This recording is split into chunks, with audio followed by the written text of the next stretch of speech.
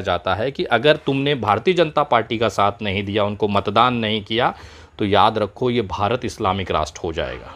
मुसलमानों की आबादी इतनी तेज़ी से बढ़ रही है कि एक दिन प्रधानमंत्री मुसलमान का होगा और आपका सांस लेना मुश्किल हो जाएगा अपने ही हिंदुस्तान में।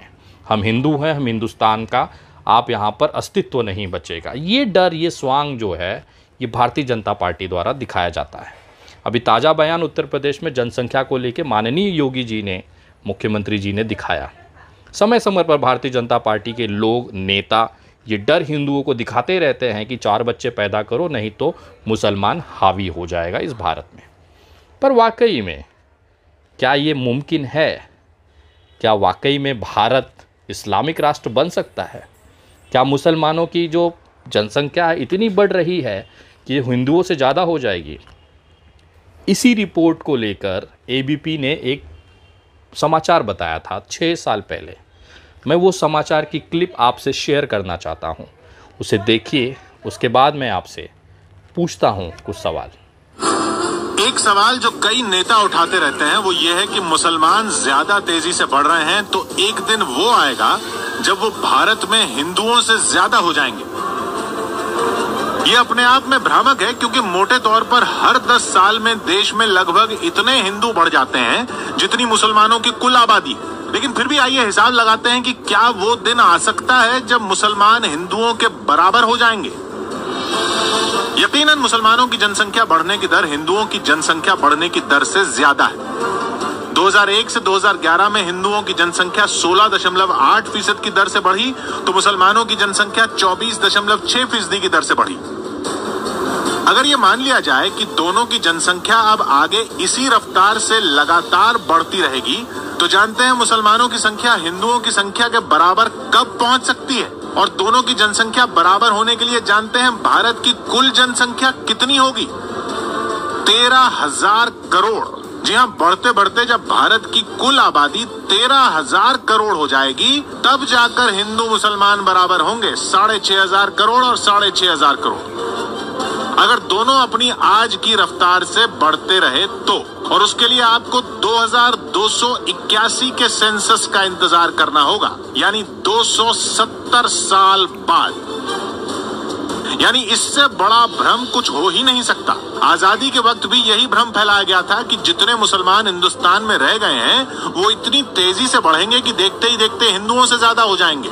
लेकिन हकीकत यह है कि मुसलमानों की जनसंख्या बढ़ने की रफ्तार धीमी हो रही है। 1981 से 1991 में मुसलमानों की जनसंख्या बढ़ने की दर 32.9% थी, जो 1991 से 2001 में घटकर 29.3% हो गई, और 2001 से 2011 के ताजा आंकड़ों में ये दर घटकर 24.6% रह गई है। मुसलमानों के मुकाबले हिंदुओं की जनसंख्या बढ़ने की दर कम तेजी से गिरी है। 13,000 करोड़ की आबादी इस भारत की, वो भी 270 साल बाद, तब जब ना आप रहोगे ना मैं रहूँगा, ना इस समय जिंदा कोई इंसान उस समय रहेगा, ये देखने के लिए कि हिंदू और मुसलमान बराबर हुए क्या। 135 करोड़ के भारत को ये सरकार संभाल नहीं पा रही है, न युवाओं को रोज़गार दे पा रही है, न गृहिणियों को सस्ता सिलेंडर देकर महंगाई कम कर पा रही है, न उचित शिक्षा दे पा रही है, न स्वास्थ्य सुविधाएं अस्पताल में मिल पा रही है। ऑक्सीजन की कमी से कितने ही बच्चे, कितने ही लोग रोज़ मर रहे हैं। न बेहतर आधारभूत सुविधाएं सरकार नहीं दे पा रही है। उस देश में मुद्दा यह है कि मुसलमानों की जनसंख्या, आबादी बढ़ रही है। ये वास्तविकता है।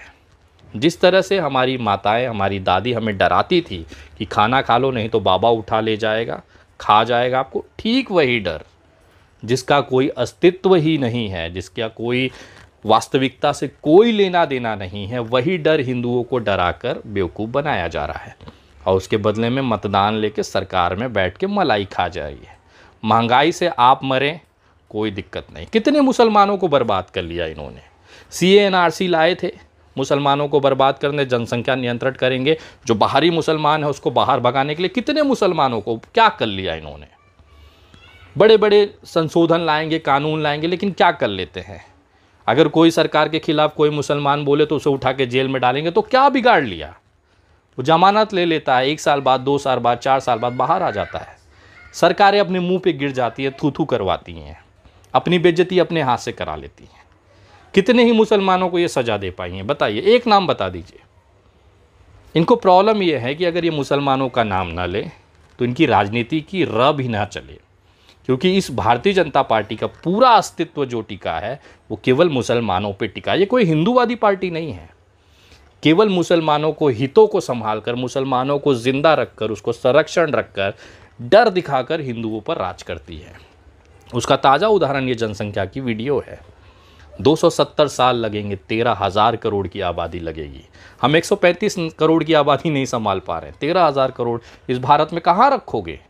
इतनी ज़मीनें हैं, उतनी संसाधन हैं आपके पास। और कौन? अमित शाह की कितनी औलाद है? एक बच्चा जय शाह। नरेंद्र मोदी है ही नहीं, उन्होंने देश सेवा के लिए अपने परिवार को त्याग दिया, बहुत बड़े तपस्वी। योगी आदित्यनाथ सन्यासी। भारतीय जनता पार्टी का बड़ा नेता राजहंस सिंह, एक या दो बच्चे, मुझे नहीं पता। पंकज भाई का पता, लेकिन आगे का नहीं पता कि उनके और भी औलादे हैं या नहीं। किसकी हैं? कौन 5-5 बच्चे रखा है? पहले खुद तो रखिए, उदाहरण सेट करिए। मैं तमाम भारतीय जनता पार्टी के नेताओं से ये मैं निवेदन करता हूं कि अगर आपको लगता है मुसलमान की जनसंख्या बढ़ रही है तो पहले खुद आप 5 बच्चे पैदा करके देश के सामने उदाहरण प्रस्तुत करिए कि मैंने 5 पैदा किया, हिंदू होकर आप भी करिए।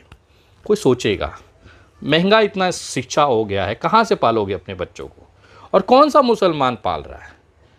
कौन से आपके आसपास देखिए, कोई दिखा दीजिए जिसने 4 बीवी और 40 बच्चे रखे हों। एक बाप दिखा दीजिए जिसकी 4 बीवियाँ और 40-50 बच्चे हों। बहुत रेयर, पुराने ख्यालात का कोई होगा तो। आज सब पढ़े लिखे हैं, शिक्षित हैं।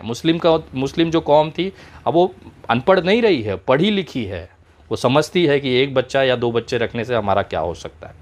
4-5 बच्चे भीड़ के जैसा पैदा करो, उकसाओ हिंदुओं को। हिंदू पैदा तो कर लेगा, खिलाएगा क्या? सरकार आटा तो दे नहीं पा रही है। सड़क पे चलने की कीमत, मेहनत करने के लिए नौकरियां तो छोड़ नहीं पा रही, कहाँ से पालोगे? और जब भी कोई नेता, कोई भी कार्यकर्ता मुसलमानों को ये कहे कि भाई तुम्हारी जनसंख्या बढ़ रही है, देश इस्लामिक राष्ट्र हो जाएगा, ये वीडियो खींच के उनके कान के नीचे फेंक के मारिएगा और बोलिएगा कि देख अनपढ़ जाहिल गवार, ये वास्तविकता है। मेरा काम है आप लोगों को सही जानकारी पहुंचाना, उसे आगे पूरे देश के मोबाइल तक पहुंचाना आपकी जिम्मेदारी है। हमेशा से हकीकत और वास्तविकता आपको मैं दिखाते रहूँगा। हो सकता है कुछ लोगों को बुरा लगे, हो सकता है कुछ लोग मुझसे नाराज़ हो, लेकिन मुझे घंटा फ़र्क नहीं पड़ता। मैं अपना काम कर रहा हूँ एक सामाजिक कार्यकर्ता के तौर पर। देश की जो असलियत है वो देश के सामने रखना मेरी जिम्मेदारी है। एक जिम्मेदार नागरिक होने का मैं फ़र्ज़ अदा कर रहा हूँ।